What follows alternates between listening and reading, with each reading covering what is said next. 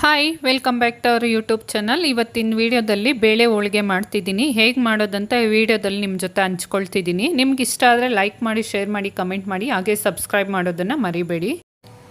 ಒಂದು ಅಗಲವಾದ ಪ್ಲೇಟ್ನ ತೊಗೊಂಡು 2 ಕಪ್ಪು ಮೈದಾ ಹಿಟ್ಟು ಜರಡಿಗೆ ಹಾಕ್ಕೊಂಡು ಜರಡಿ ಮಾಡ್ಕೊಳ್ಬೇಕು. ಫಸ್ಟು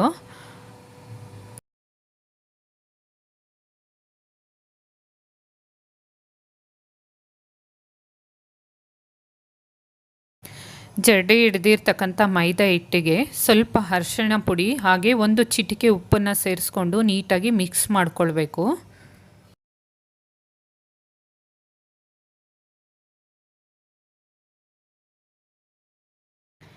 ಚೆನ್ನಾಗಿ ಮಿಕ್ಸ್ ಮಾಡಿದ ನಂತರ ಸ್ವಲ್ಪ ನೀರನ್ನು ಹಾಕ್ಕೊಂಡು ಚೆನ್ನಾಗಿ ಕಲಿಸ್ಕೊಳ್ಬೇಕು.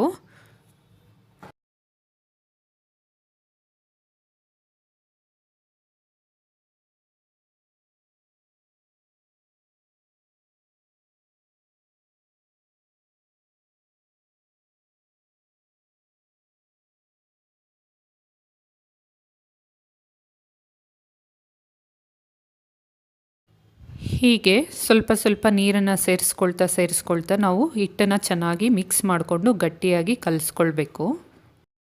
ಹೀಗೆ ಚಪಾತಿ ಹಿಟ್ಟಿನ ಥರ ಗಟ್ಟಿಯಾಗಿ ಹಿಟ್ಟನ್ನು ಮಿಕ್ಸ್ ಮಾಡ್ಕೊಳ್ತಾ ಸ್ವಲ್ಪ ಎಣ್ಣೆನ ಸೇರಿಸ್ಕೊಂಡು ಚೆನ್ನಾಗಿ ನಾದ್ಕೊಳ್ಬೇಕು. ಹೀಗೆ 4ರಿಂದ 5 ಬಾರಿ ಎಣ್ಣೆನ ಸೇರಿಸ್ಕೊಂಡು ಚೆನ್ನಾಗಿ ನಾದ್ಕೊಳ್ಳೋದ್ರಿಂದ ಹೋಳಿಗೆ ಉಬ್ಬಿ ಬರುತ್ತೆ.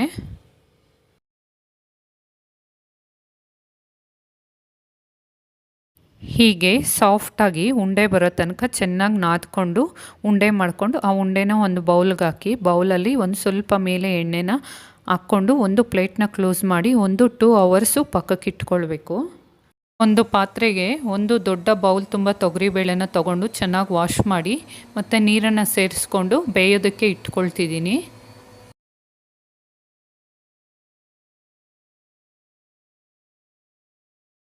ತೊಗರಿಬೇಳೆ ಈಗ ಬೆಂದಿದೆ. ತೊಗರಿಬೇಳೆನ ತುಂಬ ಸಾಫ್ಟಾಗಿ ಬೇಯಿಸ್ಕೊಳ್ಬಾರ್ದು, ಒಂದು 90% ಅಷ್ಟು ಬೇಯಿಸ್ಕೊಳ್ಬೇಕು.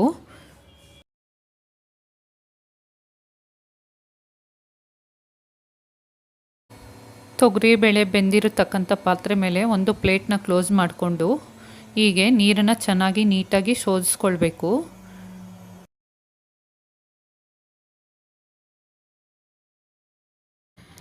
ತೊಗರಿಬೇಳೆಯಲ್ಲಿ ನೀರೆಲ್ಲ ಚೆನ್ನಾಗಿ ಶೋಧಿಸ್ಕೊಂಡ ನಂತರ ಒಂದು ಮಿಕ್ಸಿ ಜಾರ್ಗೆ ಹಾಕ್ಕೊಂಡು ಚೆನ್ನಾಗಿ ರುಬ್ಕೊಳ್ಬೇಕು.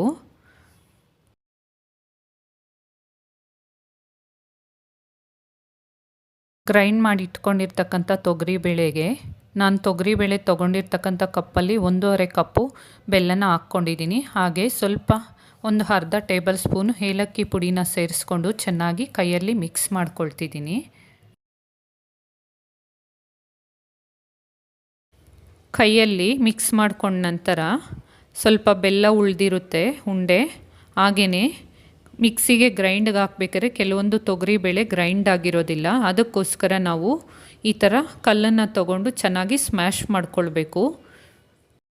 ಮನೆಯಲ್ಲಿ ಒರಳು ಕಲ್ಲಿದ್ದರೆ ಒರಳು ಕಲ್ಲಲ್ಲಿ ಹಾಕಿ ರುಬ್ಕೊಳ್ಳೋದ್ರಿಂದ ಚೆನ್ನಾಗಿ ಬರುತ್ತೆ ಹೂರಣ. ಆದರೆ ಇವತ್ತು ನಮ್ಮ ಹತ್ರ ಒರಳು ಕಲ್ಲಿಲ್ಲ ಅಂದರೆ ನಾವು ಈ ಥರ ಮಾಡ್ಕೊಳ್ಳೋದ್ರಿಂದ ಒರಳು ಕಲ್ಲಲ್ಲಿ ರುಬ್ಬಿರೋ ಥರನೇ ಬರುತ್ತೆ. ಹಾಗೆ ನಿಮ್ಮ ಹತ್ರ ಈ ಥರ ಕಲ್ಲಿಲ್ಲ ಅಂದರೆ ಈ ಥರ ಸ್ಮ್ಯಾಶರ್ನ ತೊಗೊಂಡು ಸ್ಮ್ಯಾಶ್ ಮಾಡ್ಕೊಳ್ಬೋದು. ಈಗ ಒಲೆ ಮೇಲೆ ನಾವು ಸ್ಮ್ಯಾಶ್ ಮಾಡ್ಕೊಂಡಿರ್ತಕ್ಕಂಥ ಹೂರಣನ ಇಟ್ಕೊಂಡು 2ರಿಂದ 3 ಟೇಬಲ್ ಸ್ಪೂನು ತುಪ್ಪನ ಸೇರಿಸ್ಕೊಳ್ಬೇಕು. ತುಪ್ಪ ಸೇರಿಸ್ಕೊಂಡ ನಂತರ ಚೆನ್ನಾಗಿ ಮಿಕ್ಸ್ ಮಾಡ್ತಾ ಬಿಸಿ ಮಾಡ್ಕೊಳ್ಬೇಕು. ಈ ಥರ ಮಾಡೋದ್ರಿಂದ ತುಪ್ಪ ಸೇರಿಸ್ಕೊಂಡು ಬಿಸಿ ಮಾಡ್ಕೊಳ್ಳೋದ್ರಿಂದ ನಮಗೆ ಹೋಳಿಗೆ ಚೆನ್ನಾಗಿ ಉಬ್ಬಿ ಬರುತ್ತೆ. ಹೀಗೆ 5ರಿಂದ 10 ನಿಮಿಷ ಬಿಸಿ ಆದ ನಂತರ ಒಂದು ಬೌಲ್ಗೆ ಹಾಕ್ಕೊಳ್ಬೇಕು. ನೋಡಿ, ಹೀಗೆ ಕೈಗೆ ಅಂಟ್ಕೊಳ್ದೇ ಇರೋ ಥರ ತುಂಬ ಚೆನ್ನಾಗಿ ಬರುತ್ತೆ ಹೂರಣ. ನಾವು ಮೊದಲೇ ಕಲಸಿಟ್ಟಿದ್ದ ಮೈದಾ ಹಿಟ್ಟು ಈಗ ಚೆನ್ನಾಗಿ ಸಾಫ್ಟಾಗಿದೆ. ನಾವು ಕೈಯಲ್ಲಿ ಚೆನ್ನಾಗಿ ಇಸ್ಕಿ ನಾದ್ಕೊಳ್ಳೋದ್ರಿಂದ ಹೀಗೆ ಸಾಫ್ಟಾಗಿ ಬರುತ್ತೆ.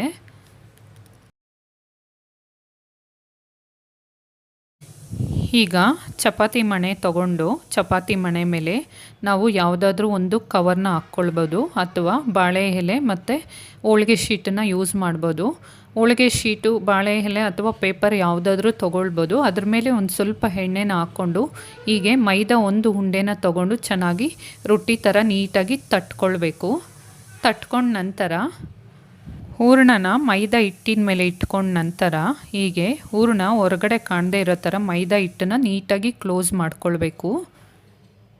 ಹೋಳಿಗೆ ಹೂರಣನ ಮೈದಾ ಹಿಟ್ಟಿಂದ ಚೆನ್ನಾಗಿ ಕ್ಲೋಸ್ ಮಾಡ್ಕೊಂಡ ನಂತರ ಹೀಗೆ ಕೈಯಲ್ಲಿ ಚೆನ್ನಾಗಿ ತಟ್ಕೊಳ್ಬೇಕು. ಕೈಯಲ್ಲಿ ತಟ್ಟಿರ್ತಕ್ಕಂಥ ಹೋಳಿಗೆ ಮೇಲೆ ಮತ್ತೊಂದು ಪೇಪರ್ನ ಹಾಕ್ಕೊಂಡು ಹೀಗೆ ನೀಟಾಗಿ ಕೈಯಲ್ಲಿ ಹೋಳಿಗೆನ ತೆಳು ಮಾಡ್ಕೊಳ್ತಾ, ತುಂಬ ತೆಳುವಾಗಿ ಸ್ಪ್ರೆಡ್ ಮಾಡ್ಕೊಳ್ತಾ ರೌಂಡಾಗಿ ತೆಳುವಾಗಿ ಚಪಾತಿ ಥರ ಮಾಡ್ಕೊಳ್ಬೇಕು. ಹೀಗೆ ಹೋಳಿಗೆನ ತೆಳುವಾಗಿ ಮಾಡ್ಕೊಳ್ಬೇಕು. ಮಾಡ್ಕೊಂಡ ನಂತರ ಹೆಂಚನ್ನು ಬಿಸಿ ಮಾಡಿಕೊಂಡು ಹೆಂಚಿನ ಮೇಲೆ ಸ್ವಲ್ಪ ಎಣ್ಣೆನ ಹಾಕ್ಕೊಳ್ಬೇಕು.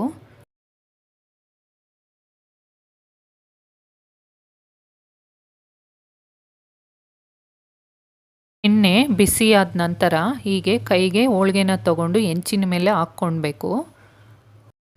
ಸ್ವಲ್ಪ ಎಣ್ಣೆನ ಹಾಕ್ಕೊಳ್ಬೇಕು. ಮತ್ತು ಎಣ್ಣೆ ಹಾಕಿ ಬೇಯಿಸಿದ ನಂತರ ಹೋಳಿಗೆನ ಮತ್ತೊಂದು ಸೈಡು ಮತ್ತೆ ಬೇಯಿಸ್ಕೊಳ್ಬೇಕು.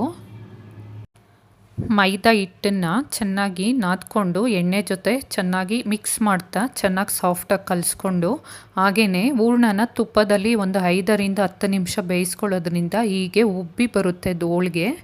ಹೋಳಿಗೆಗೆ ಕಾಂಬಿನೇಷನ್ ಆಗಿ ತುಪ್ಪ ಅಥವಾ ಕಾಯಿ ಹಾಲನ್ನು ಕಾಂಬಿನೇಷನ್ ಆಗಿ ಊಟಕ್ಕೆ ಬಡಿಸ್ಕೊಳ್ಬೋದು. ನಾನು ವಿಡಿಯೋನ ಇಲ್ಲಿಗೆ ಎಂಡ್ ಮಾಡ್ತಿದ್ದೀನಿ. ಹಾಗೆ ವಿಡಿಯೋ ನೋಡ್ತಿರ್ತಕ್ಕಂಥ ನನ್ನ ಎಲ್ಲ ವೀಕ್ಷಕರಿಗೆ ಯುಗಾದಿ ಹಬ್ಬದ ಆರ್ಥಿಕ ಶುಭಾಶಯಗಳು. ಈ ವಿಡಿಯೋದಲ್ಲಿ ಏನಾದರೂ ಡೌಟ್ಸ್ ಇದ್ದರೆ ಕಮೆಂಟ್ ಬಾಕ್ಸಲ್ಲಿ ಕಮೆಂಟ್ ಮಾಡಿ. ಹಾಗೆ ಡಿಸ್ಕ್ರಿಪ್ಷನಲ್ಲಿ ಇಂಗ್ರೀಡಿಯೆಂಟ್ಸು ಮತ್ತು ಮಾಡೋ ವಿಧಾನ ಹೇಗೆ ಅಂತ ಸ್ವಲ್ಪ ಡೀಟೇಲ್ನ ಕೊಟ್ಟಿರ್ತೀನಿ. ಡೀಟೇಲ್ ಒಂದು ಸರಿ ಚೆಕ್ ಮಾಡಿ. ಅರ್ಥ ಆಗಲಿಲ್ಲ ಅಂದರೆ ನೆಕ್ಸ್ಟ್ ವಿಡಿಯೋ ಜೊತೆ ಸಿಗ್ತೀನಿ. Love you all. ಬಾಯ್.